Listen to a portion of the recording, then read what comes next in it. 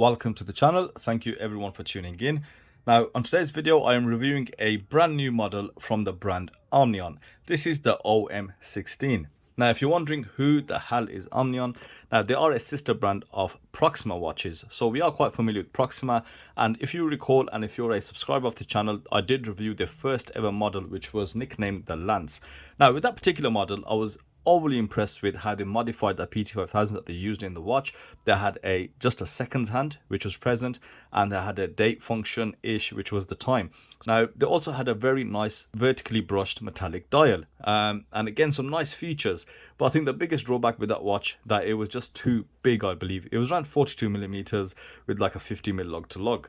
Now this watch isn't too far from that. I think it's more or less the same. You do have a 42mm diameter. You also got a 49.5mm lug to lug with a thickness of 13mm, but the case shape is quite a lot nicer.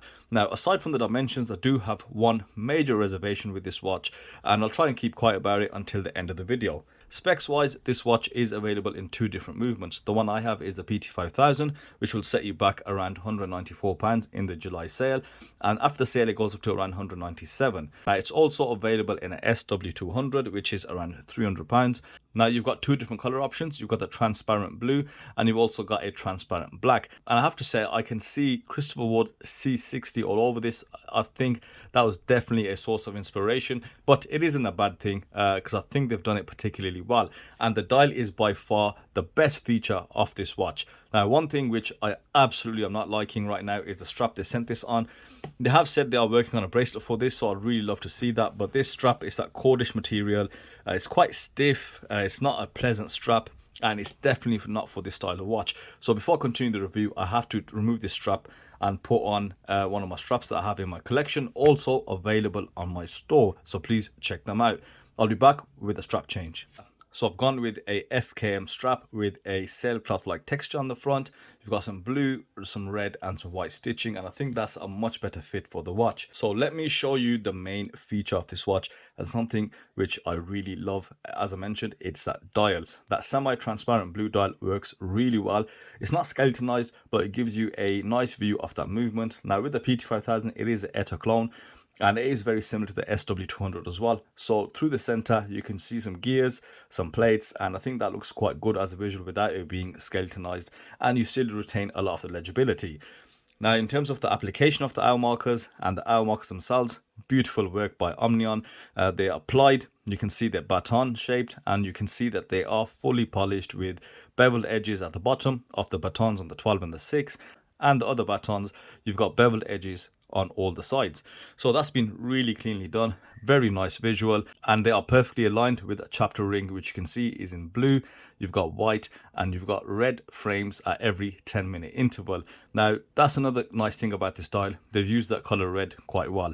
You've got phantom automatic, but the phantom is in red, of course. That matches that red tip on the seconds hand. Now along with the red on those markers, I think it's a really nice visual. It goes really well together against that blue. So I am really impressed with what they've done with the dial, the hour markers, and the thing that finishes it off is these super slick, super sharp handset. It is quite similar to a GS style handset, but you've got some brushing that you can see across the A face of those hands. Very fine brushing. You've got some lume applied in the center, and you've got beveled edges on either side which are highly polished, so you'll get a lot of reflection from the light. The seconds hand, let's have a look at the center. You can see that top cap which does finish it off really nicely, and I do love watch brands or watches that use that center top cap. It just adds a level of finishing and completion to the watch, and again that red matches it really well. You've also got a 3 p.m. date window, and you've got white frame around that just to make that date stand out. So that is something I'm really impressed with, definitely a standout feature of this watch. And you've got a crown positioned at just above 4 p.m, so like the 3.8. It is a nice crown as well, nicely engraved to give you quite a bit of grip, which of course you'll need. Now the reason I mentioned that is that PT5000 does have a lot of issues. I've had a fair few PT5000s in my hand, and I've had maybe 2 or 3 where it has been slightly tough to turn or slightly stiff. And if you have that, then know that the PT5000 isn't the best. It does have a slight issue which may result in some damage going on in the future, but this one is quite good to turn. I don't feel too much resistance. It does feel quite smooth to turn. Now that brings me nicely onto the case, and my biggest reservation, as I stated.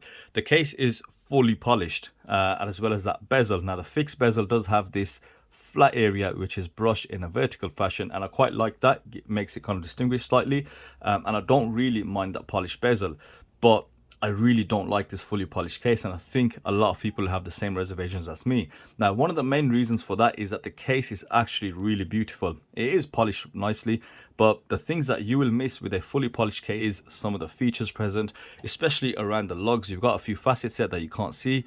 You can see just a line on either side of those lugs. Beautifully done, no sharp edges at all, and I really do like the shape of that case. We turn the watch around, but what they have done, which is kind of strange, they've put a line along the case which is brushed, very fine satin brushing. I don't know if you can see that clearly, and it looks like to me they've kind of inverted the finishing. I would have preferred if they had brushed the lugs and the sides and just put in a polished edge that I really love and I talk about every time I see a watch case like that. So along the edges of the lugs and the side of the case, just that slither of polishing would have really made the case stand out. And if the rest was brushed, that satinized brushing, I think this watch would definitely have been a win. Let's turn the watch around and you've got the logo, which they had on the previous model. I quite like the logo. I don't know if it is meaningful or not. I don't know what it has to do with the Omnion brand. You've got some specifications in white around there. And you've got a polar bear on top of a partially submerged iceberg, and just below that you've got a penguin swimming. As I said, it's a nice visual. I don't know what it means, but you know, that's as far as I can go on that. But the PT5000, you've got full gold movement at the back, allowing you to see everything working. So it's a nice exhibition case back, and it is noteworthy that this is also sapphire on the back as well as the front. You got 200 meters of water resistance as well, which is handy to have, even though I don't think this is a dive watch, but dimensionally it is appearing to be a dive watch. And that is my sort of second smaller issue with it. I don't mind larger watches at all. I've got a few very large diver watches, but I think being a fully polished watch, it should have been a more sportier or dressier watch, and therefore it needs to be quite a lot smaller. Now on that point, I did speak to the Omnion, or Proxima should I say, and they did confirm they have a 38mm case in production. That is something really good to hear from them, and hoping to see another model with 38mm dimensions. Now the dial and the hands are also illuminated, so let's give you a quick lume shot. Let's see what we're working with. So the lume they've gone for is BGW9. It has been applied thoroughly and well enough. There's no patchiness at all. It's not as bright as you'd expect from Omnion, but obviously it doesn't need to be because it's not a diver. So it is at okay level. It will last for a fair while. It's just that I don't think there's enough space on the hour markers and the hands in order for them to apply too much of it. But ultimately, it's not too much of an issue. Okay, so let's get this Omnion on wrist. Let's see how it looks on my 6.5-inch wrist. So here's the Omnion OM16 on my 6.5-inch wrist on this FKM rubber strap. Now, I think the issue slightly here is the case is a bit too straight and the case dimensions are quite big. My wrist is a bit too small for it, 6.5 inches. You've got a 50mm lug to lug more or less. I don't mind the diameter at all or the thickness, but the lugs, just because they sit a bit straight and long, it's not actually curving around my wrist. It does sit slightly flat, but it would definitely sit a lot better on a much bigger wrist. The other thing is, of course, as you can see, that polishing is just way too much of it. It's just shining all over the place, and I think, you know, you're going to end up being slightly obsessed with basically cleaning it as soon as you put it on, because you will get loads of little marks around there, smudges, etc. And definitely micro scratches are a thing. If you've got any bit of debris on a cloth or something, then you'll definitely see micro scratches all over that watch.